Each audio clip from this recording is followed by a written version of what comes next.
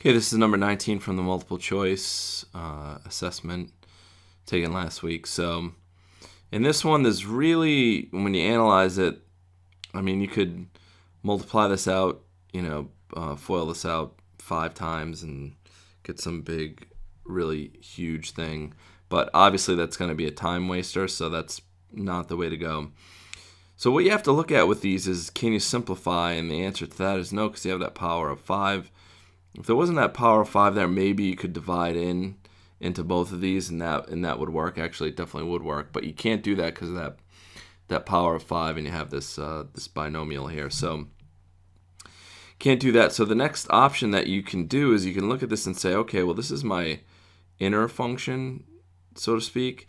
So can I take that inner function, and if I take that and do a u du substitution, is that going to work? So you should be able to see by now that if I have set u to 7 plus x to the 2/3, and then so that means du is going to be 2/3 x to the negative 1/3.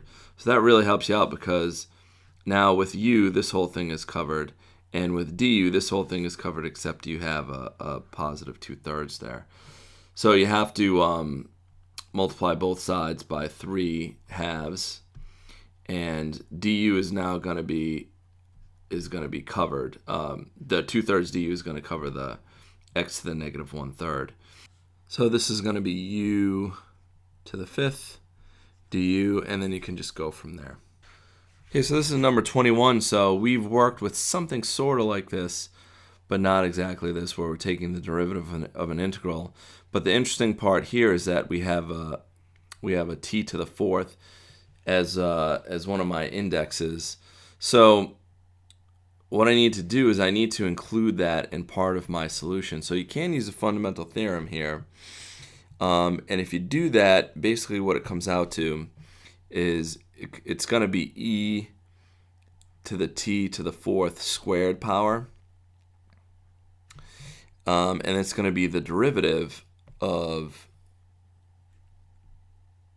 dt of t to the 4th minus e to the 2nd squared, just substituting in the derivative of 2. So that's how it all goes down. So using really just a fundamental theorem of calculus. So this is going to be 0, and then I think we need to square that part. We're missing something there. We need to square this part. So that's all going to come out to e to the t to the 8th. And then the derivative of t to the 4th is just going to be 3t to the 3rd, which, 4t to the 3rd, which is D for your solution.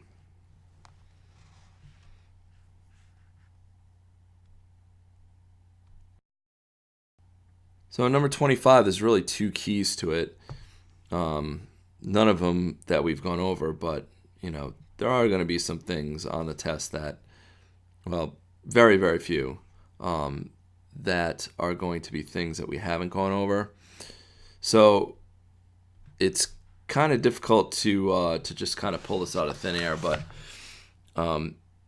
basically what you want to do is you want to simplify this, because it can't be simplified as it is, right? I mean, it can't be, you don't really know any rule or shortcut or anything like that, because if you said this is u or the denominator's u, the du is not going to work out to get e to the 3x power, and vice versa if you said this was u. So what you can do is you can do some algebra here, and you can say that this is e to the 3x power.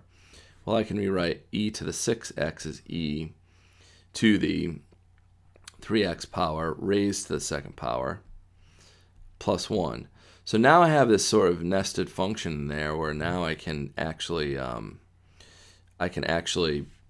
use u du substitution. So if I say u is e to the 3x, then du is going to be 3, just taking the derivative of the power, 3e to the 3x.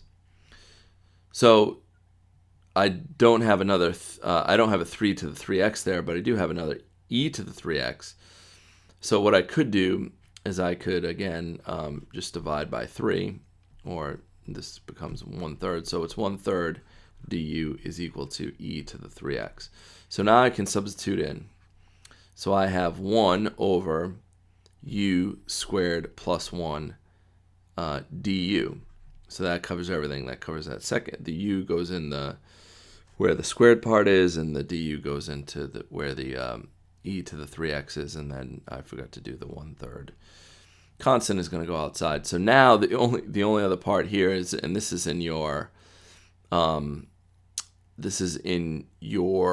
portfolios, is this is one of the forms that we really didn't go over, but if you care to memorize it, it's maybe going to be one question on your exams. So the antiderivative of 1 over x squared plus 1 is going to be the arctangent.